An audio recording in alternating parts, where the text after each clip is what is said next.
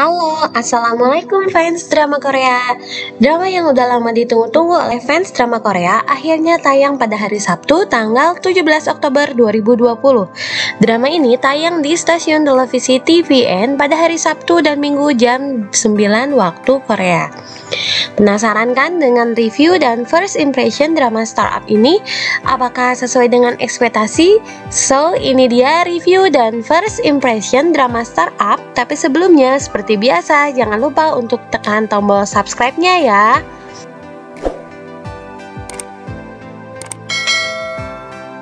Drama startup diperankan oleh Suji, Nam Jo Hyuk, dan Kim Sun Ho. Drama ini bergenre romance dan menceritakan tentang seorang wanita bernama So Dalmi yang diperankan oleh Suji yang ingin mewujudkan impiannya menjadi seorang pebisnis. Semenjak orang tuanya bercerai, So Dalmi memilih tinggal bersama ayahnya, sedangkan kakaknya So In Jae yang diperankan oleh Kang Hana memilih untuk ikut dengan ibunya hingga 15 tahun kemudian akhirnya mereka bertemu kembali. So In Jae yang mengganti namanya menjadi Won In Jae mengikuti marga ayah tirinya telah menjadi seorang CEO sukses dari perusahaan ayah tirinya. Pertemuannya kembali dengan sang kakak membuat So Dalmi ingin tampil lebih baik karena tidak ingin dianggap pilihannya untuk ikut dengan ayah mereka adalah pilihan yang menyedihkan. Akhirnya membuat So Dalmi berbohong tentang kehidupan dan juga pacarnya. Dia berbohong kalau dia berpacaran dengan seorang CEO sukses bernama Nam Do San, teman menyuratnya waktu kecil dulu yang seorang pemenang Olimpiade Matematika. Untuk membuktikan itu, Won In Jae mengundang Dalmi ke sebuah pesta yang diadakan oleh ayah tirinya dan meminta Dalmi untuk membawa serta pacarnya itu. Setelah usahanya untuk mencari Nam Do San, akhirnya Dalmi menemukannya di situs jual beli ketika Nam Do San berusaha untuk menjual bola bisbol yang ditandatangani oleh pemain bisbol terkenal. Pada saat hendak bertemu dengan Nam Do San, tiba-tiba Han Ji Pyong menggagalkan usahanya tersebut. Han Ji Pyong membawa Nam Do San secara paksa untuk menghindarinya bertemu dengan So Dalmi. Han Ji Pyong adalah seorang jenius dalam hal investasi. Semua perusahaan rintisan yang mendapatkan investasinya menjadi perusahaan yang sukses. Dan ternyata Han Ji Pyong adalah sosok yang dulu memakai nama Nam Do San untuk menyurati So Dalmi.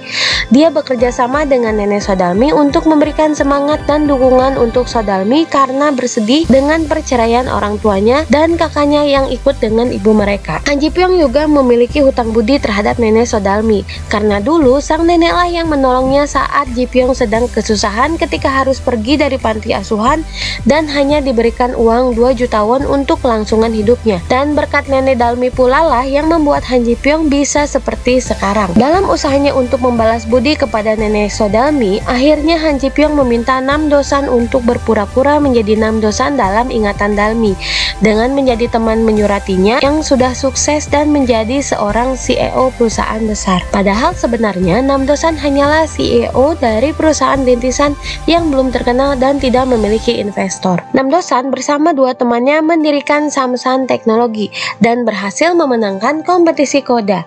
Hanya saja master plan dalam menjalankan perusahaan tersebut belum jelas dan terarah.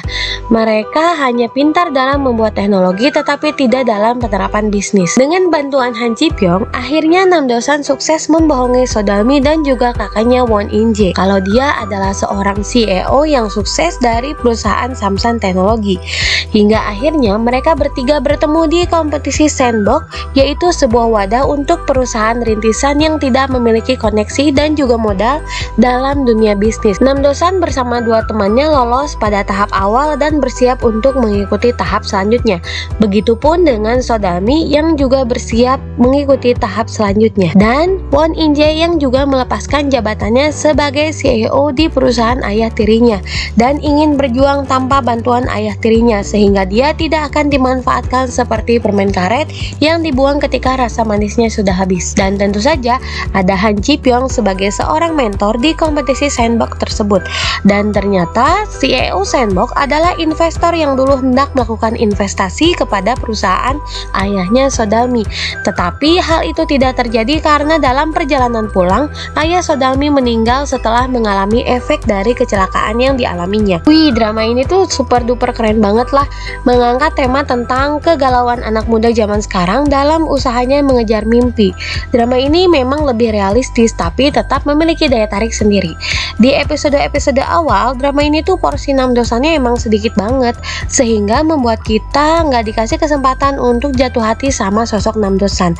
Dan ternyata karakter Namdosan itu adalah karakter yang soft banget, tipe cowok yang polos dan sedikit culun. Keluguannya bikin dia cute dan kepintarannya bikin kita kelepek-kelepek. Dia adalah cowok menarik yang nggak sadar dengan daya tariknya sendiri saking polosnya. Berbanding terbalik dengan karakter Han Ji Pyong, seorang cowok percaya diri yang sudah makan pahit manisnya kehidupan. Dibesarkan di panti asuhan, berjuang untuk bertahan hidup saat harus keluar dari panti asuhan tersebut, dan berhasil kuliah dengan usahanya sendiri menggunakan uang hasil investasi saham hasil usahanya sendiri. Semua usaha dan perjuangannya itu membuat dia menjadi pribadi yang matang dan dewasa, dan jadi rada sarkasme dan sinis sama dunia. Tapi dibalik sikapnya yang kasar itu, sebenarnya dia menyimpan sisi yang lembut yang enggan untuk diperlihatkan kecuali pada orang yang tidak tertipu dengan kedok sinisnya.